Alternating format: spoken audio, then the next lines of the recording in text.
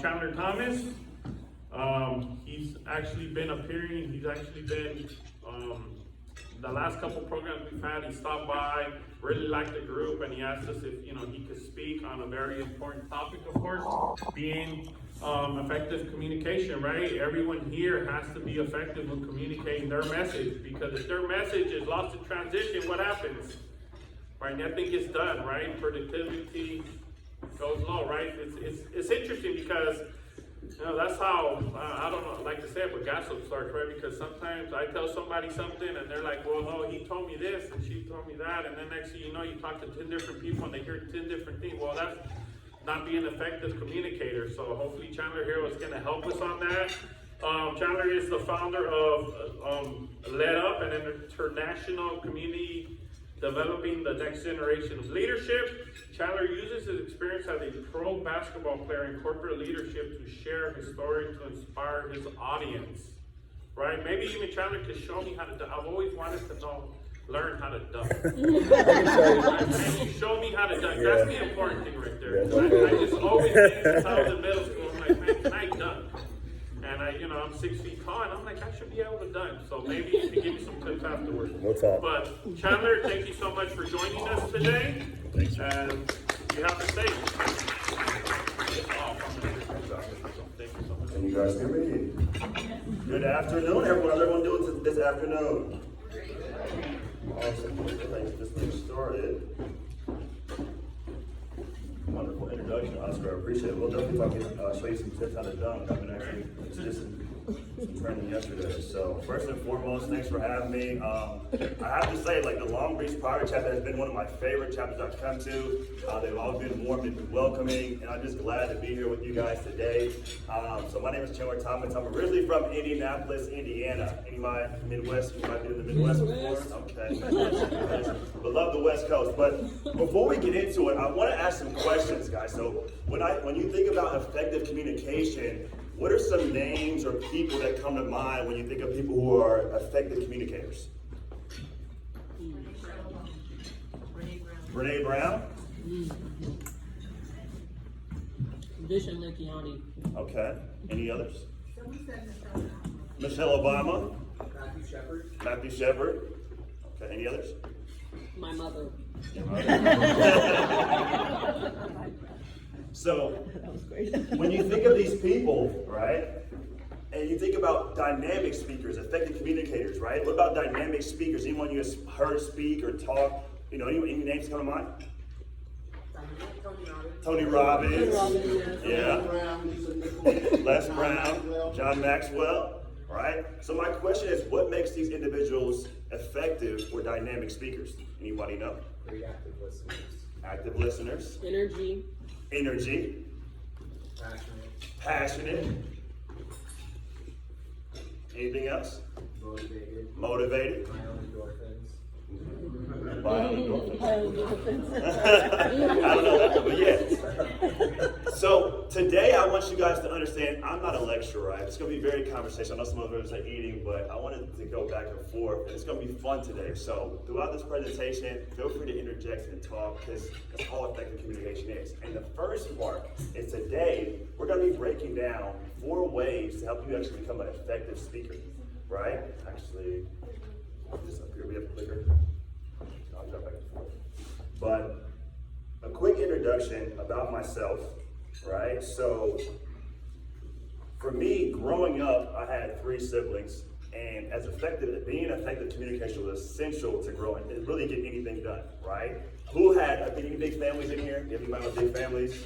Right? We know how, every single thing, every day, it's something else going on with siblings, and we always have to argue or debate, who can have the television, who has the remote, all that stuff. Anybody else can relate to that? Mm-hmm. All right? So being an effective communicator, we learn a lot of things, right, of how to get, in our workplace, how to get things done, right? But without effective communication, it's pretty much chaos, right?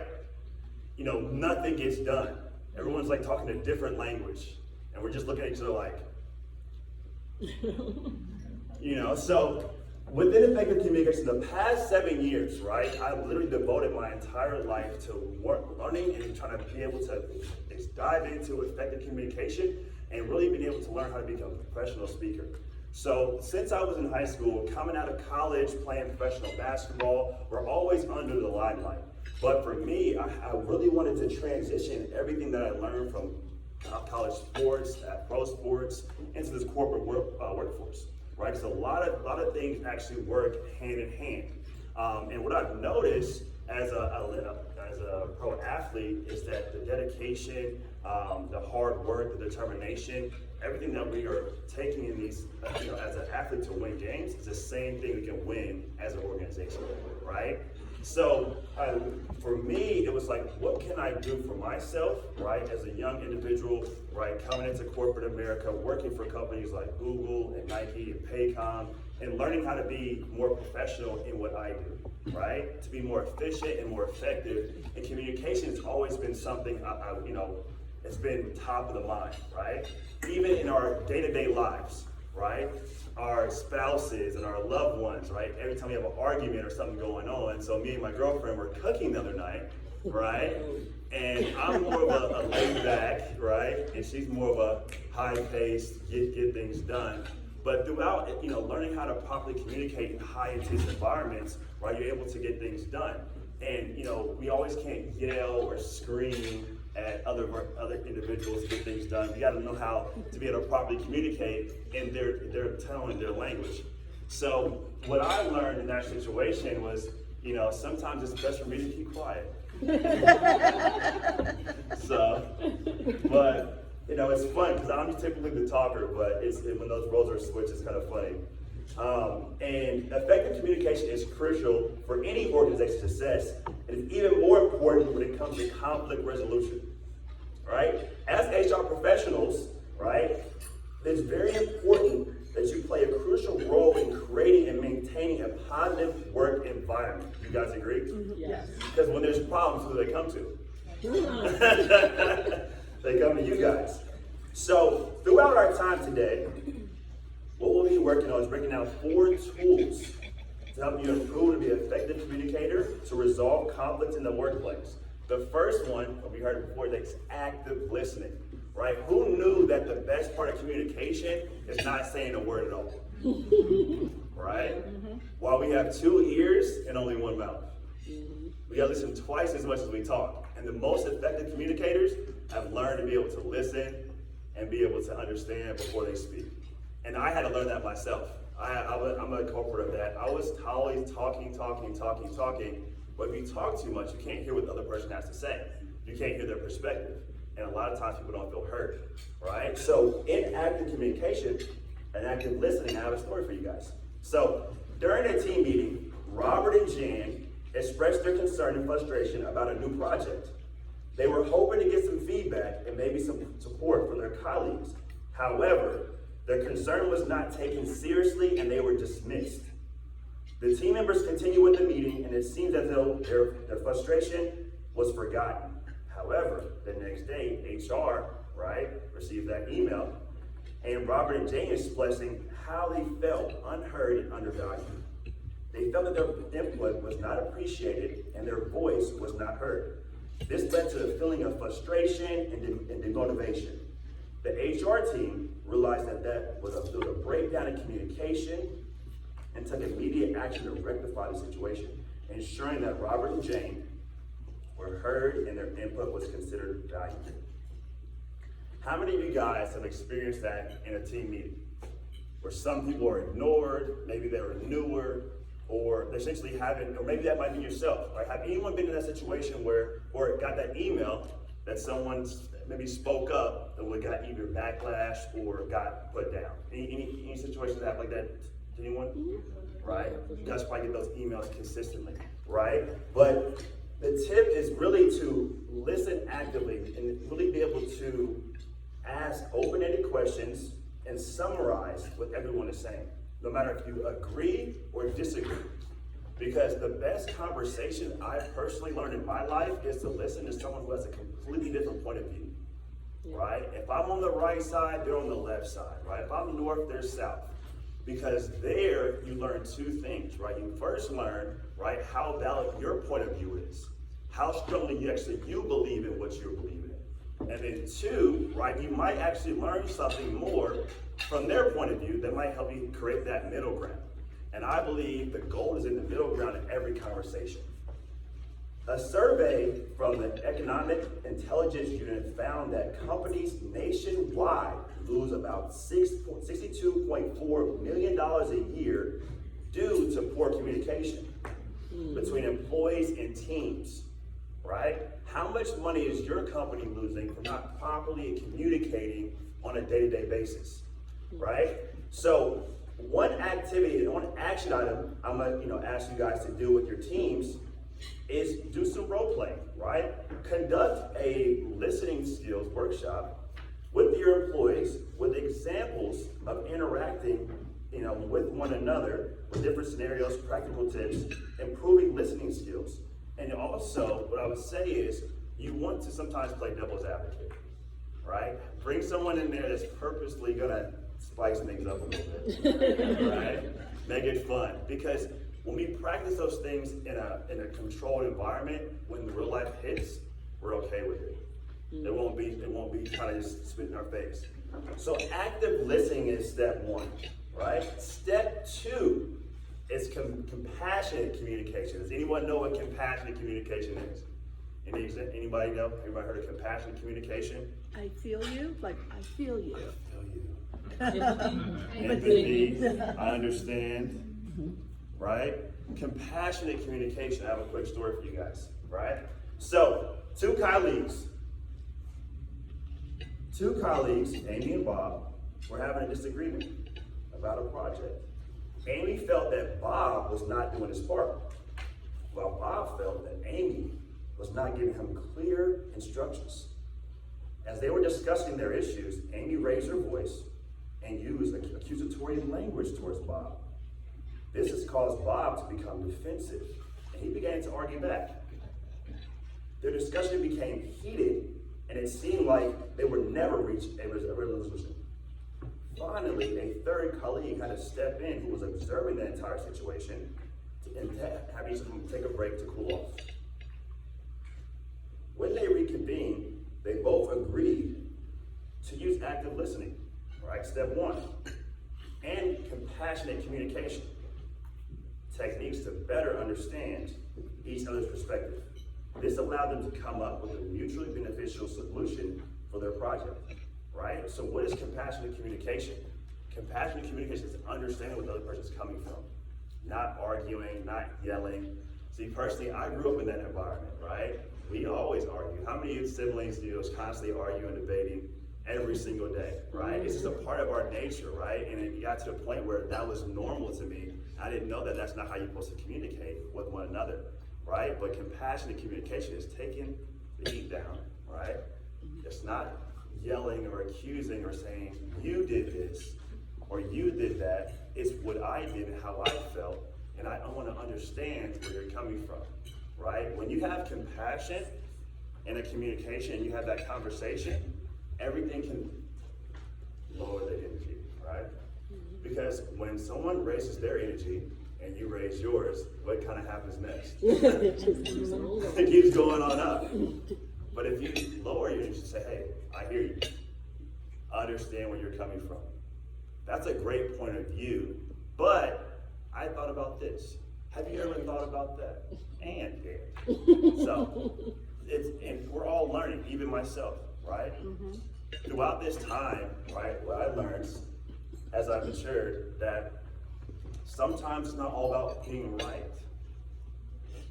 Because mentally, I've learned too that the brain doesn't like to be wrong. Have anybody ever, had that when someone told you were wrong and it kind of felt weird, your brain started recalculating, like, what is going on? That's your ego. Yeah. Ego hits, and some people can't take that punch. So for us as effective communicators, we have to learn how to not, knock someone's ego down, but how to be able to compassionately communicate with them. And that's what allows them to be able to listen to what you're saying. Because if you come at them very strongly or very harshly, their walls go up. Has anyone been in a situation when someone's walls go up and they can't hear another word you're saying?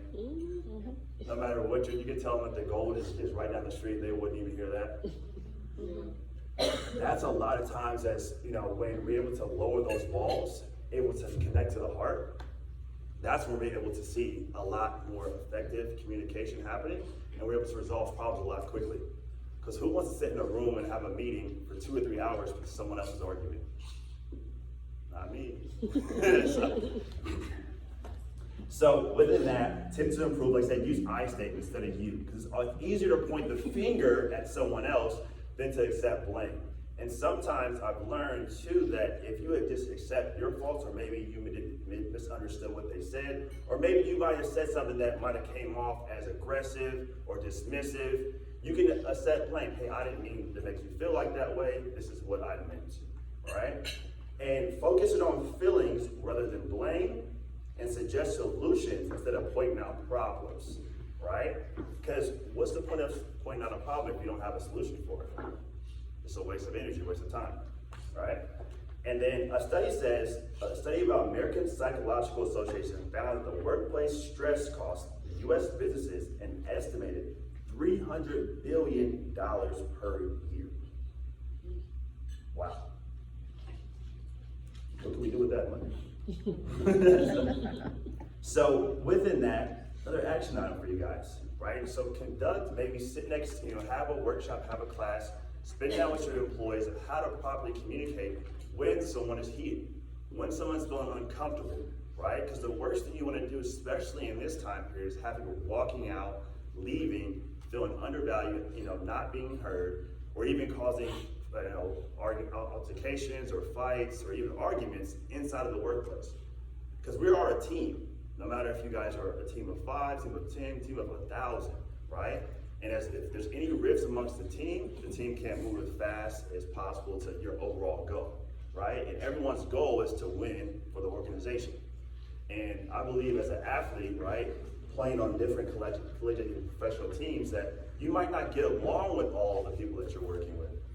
Some of the people that you probably partially hire them, but they're there, right? You might have to deal with them, but understanding who people are and how to be able to move with them and move collectively with all their pros and their cons is how you really officially win as a team, right? Some people you might not hang out with for happy hour, but there's some people you might, spend time with their family with, right? So it's different people and it's different strokes for different folks. So everyone that you're working with is how can we best come together with all of our differences to win? And that was, here we go. And now, as we go to emotional intelligence, that's number 3. Emotional intelligence, step 3, for me, is something I had very little of these last 5-6 years of my life. I struggled in this area, right? Growing up, just being very transparent as a man, emotions were just on the side. Like, I'll deal with those later, right? For me, it was like, emotions are cool and all, but I just rather think about logic. 1 + 1 = 3. I don't care how I feel about it, but, as you mature, as you learn to deal with individuals and build as a better professional, your emotional intelligence has to grow with that. How many of you guys met individuals who were very intelligent but have very low emotional intelligence? Right? They might say things to you, they don't really understand how to, control their emotions, or it's just almost like sometimes you deal with the youth, like little kids. And, it's not always their fault, because emotions a lot of times get pushed to the background, right? And as we start focusing on our emotional intelligence, that's one of the areas that we typically don't talk about in school, right? We don't teach that anywhere. You typically have to go get a coach or, go through a different program to have someone actually teach you how to be more emotionally intelligent. And that's like the heart center. How can I connect with someone at the heart before connecting with them at the head? Quick story. So in a team meeting, a manager criticizes an employee's work and questions their ability to complete the project. The employee, feeling embarrassed and disrespected, becomes defensive and upset. The other team members are now uncomfortable, and the meeting becomes unproductive. The employee spends the rest of the day feeling unmotivated, unable to focus, leading to decrease in productivity. And the next day, the employee speaks with HR to express that they felt unsupported and undervalued in the workplace. HR recommends that the managers receive training and providing constructive criticism to feedback and positive reinforcement to improve the working environment, right? How often are you receiving these emails or calls for you guys to intervene for your management team, right? For your employees, right? People who might feel like they're entitled because they have a certain title at their job and everyone else below them doesn't matter, right? Their voice and their opinions doesn't matter, right? And when we understand at the end of the day that we all are human and that every voice counts, that's when we can start seeing growth. Because we're only as strong as our weakest link, right? In any organization, right? So as we start having that emotional intelligence, focusing on how we can actually improve from the heart level for each of our employees, that's when we can see growth as management teams, as organizations, and eventually championship teams as well. So one of the tips I recommend is to recognize and manage your emotions, right? The first thing when it comes to emotional intelligence is knowing how you feel, right? A lot of times we don't ever do a self-check for ourselves. How am I feeling today? How many managers are checking in emotionally with their team and their employees of how they're feeling? Okay, we got one. But before you even do that, let's check in with ourselves every single morning, right? How many of you guys are waking up every single day saying, how do I feel today? Right? Or you just let your day go by itself and not be able to check on yourselves. Right? Mental health is very important. And as a management team, right, it's our job to figure out how we're feeling and figure out how your team feeling. Because we don't know what's happening in the lives of our employees outside of the 9 to 5, right? What might have happened before they came to work? What might have happened to their dog or their cat that previous day? There's some people that wake up and you think someone might have kicked their cat. Like, I don't know what happened to her, but I'm sorry. I don't know what's going on. How are you feeling today?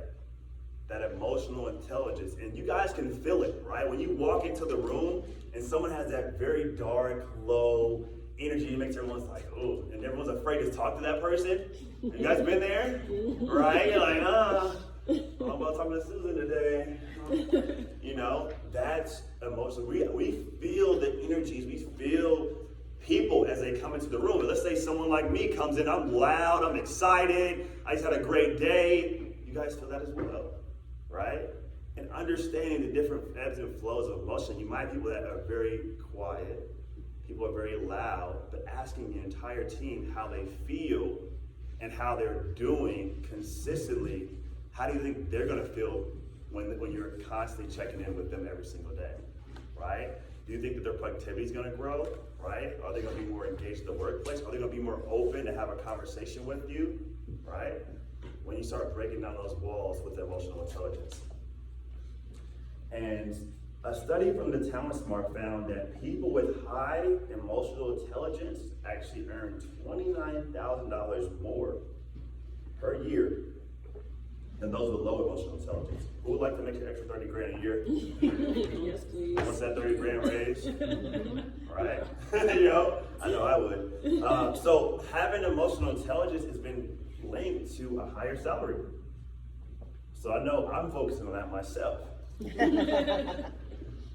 But, so what I would do too is practice this, right? Go in a room with you and your team, have them, you know, really sit next to each other, speak one-on-one, and have them kind of decide how the other person's feeling, right? Based on body language, based on non-verbal cues, and actually have them practice with one another.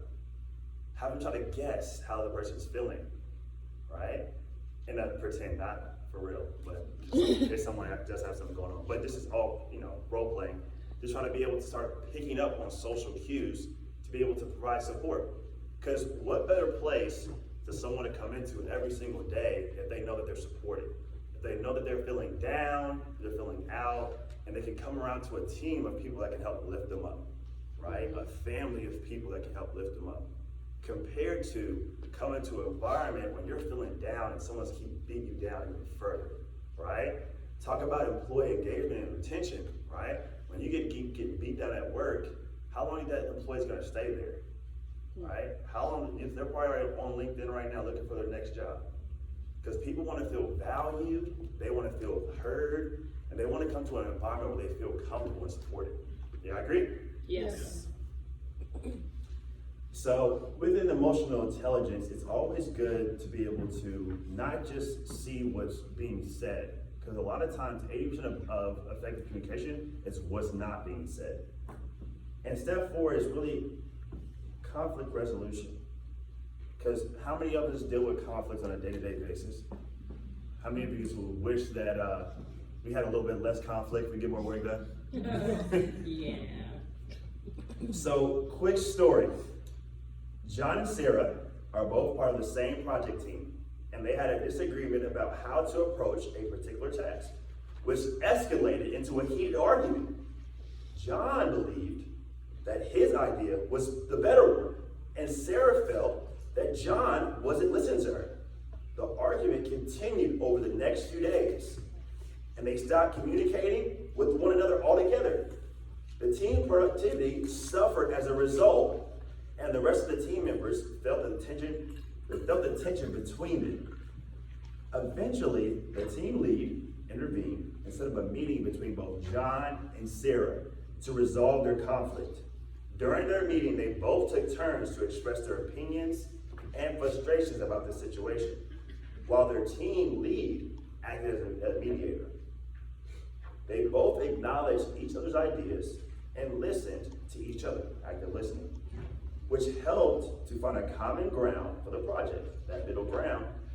As a result, they were able to work together more effectively and regain their productivity while also building a better working relationship with each other, right? How many times are we in boardrooms and we're pitching ideas and people are, competing for who has the best idea, right? Competing on whose idea wins, right? As kids, we are taught to win, and beat the competition. Here in America, that's all we know. As an athlete, that's all we know. Someone wins and someone loses. But in a team environment, we have to make sure that everyone wins, that everyone's ideas, voices are heard.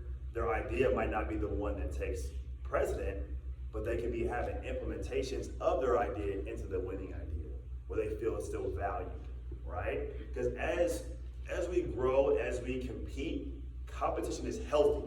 I believe that there should be competition in every single environment, but not just competition, but healthy competition. Because when there's healthy competition, it pushes each of your employees to be better and actually achieve more individually.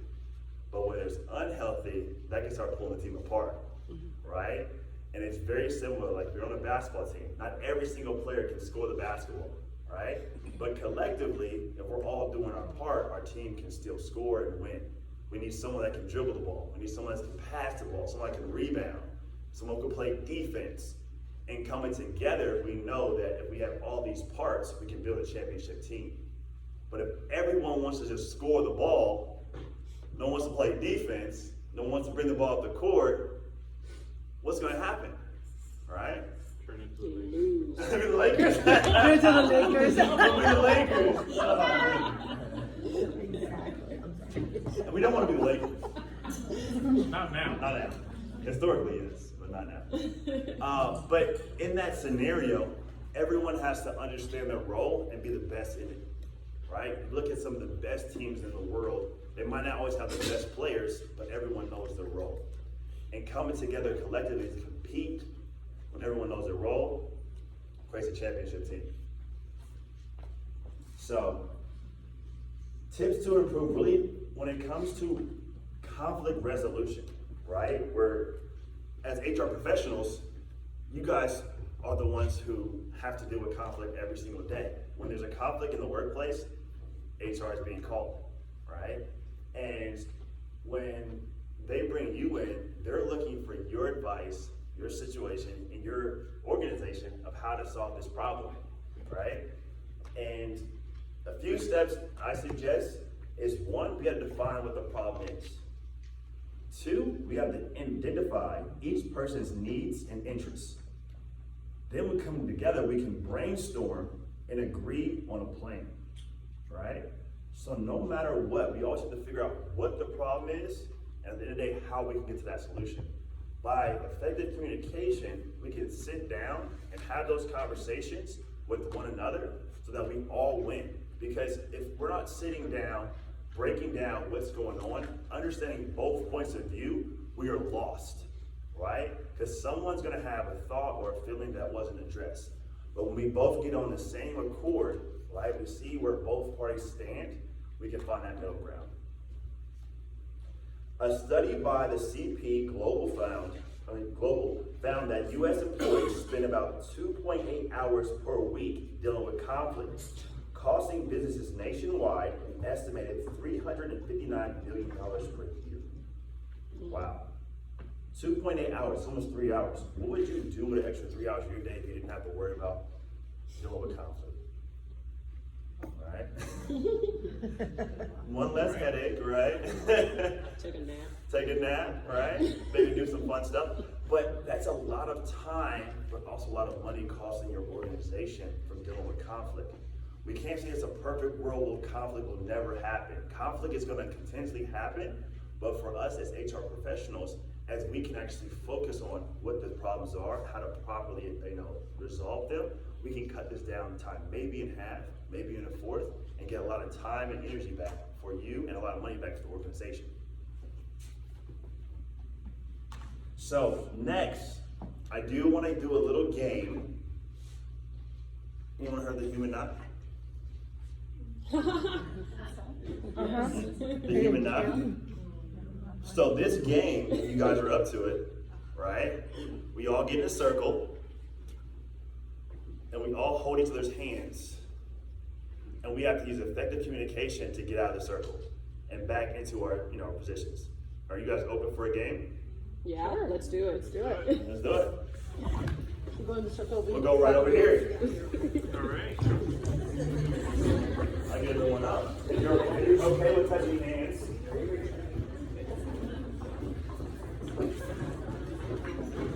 so we'll create a circle.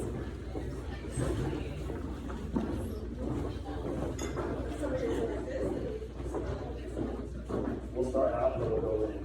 Yeah, we'll start. Everyone hold hands. How you doing? You come in front of me. I need you guys up, but that means you guys move around a little bit. I do have some hand sanitizer on my table, so afterwards, feel free to.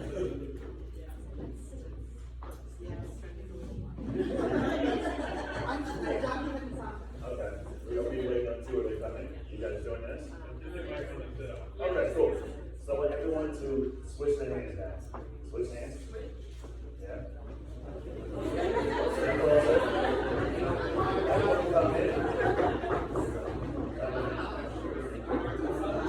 Come closer, come closer. Alright. Now, without speaking, only one person at a time can speak. Alright? I want you guys to be out of the knot. Without releasing hands. Only one person can talk at a time.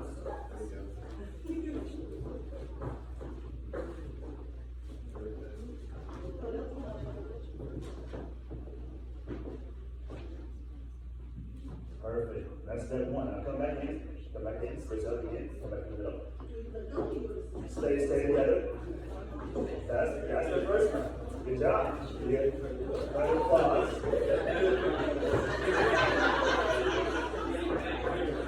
You guys did good. Did good.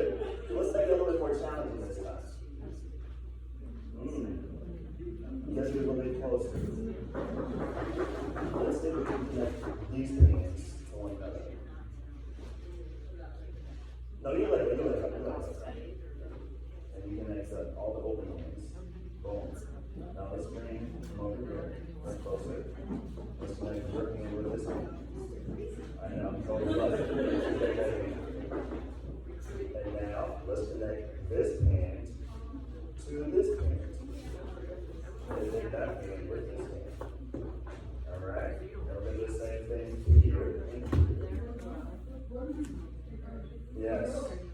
outside you guys real quick. Okay. Here, and then here. And then we'll try to get out. And only one person can speak at a time. Only one person can speak at a time. And now you guys can start. Just do that.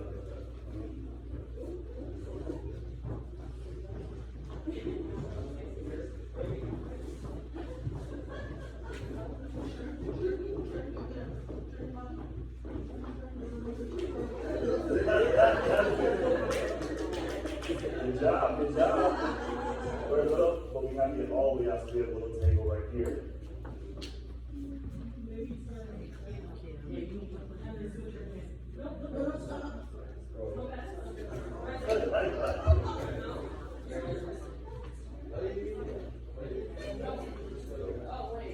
Almost, almost. You gotta go back to back, you gotta turn in a circle.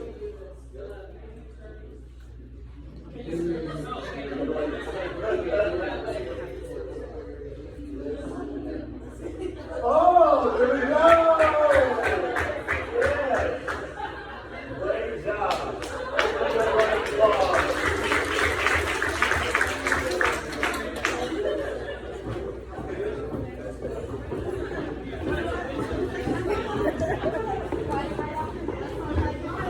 Great job. Great job, everyone.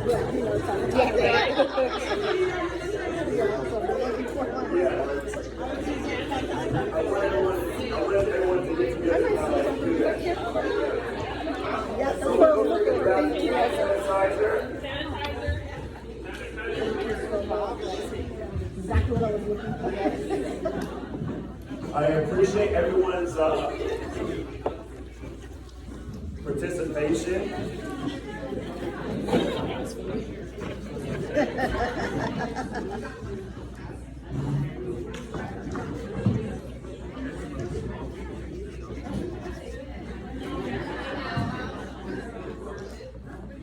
I love getting everyone up and about. It's my favorite thing to do activities.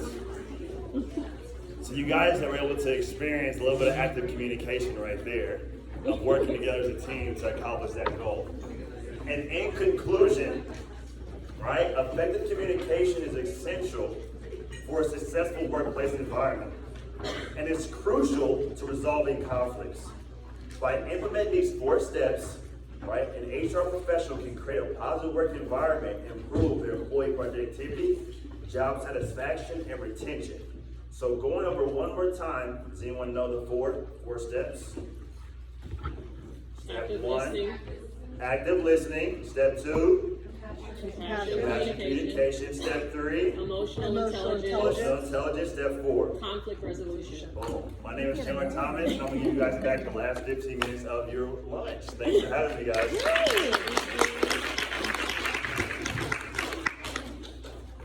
All right, thank you so much. That was awesome. Thank you for having me. I will try that game at home, but my kids are driving.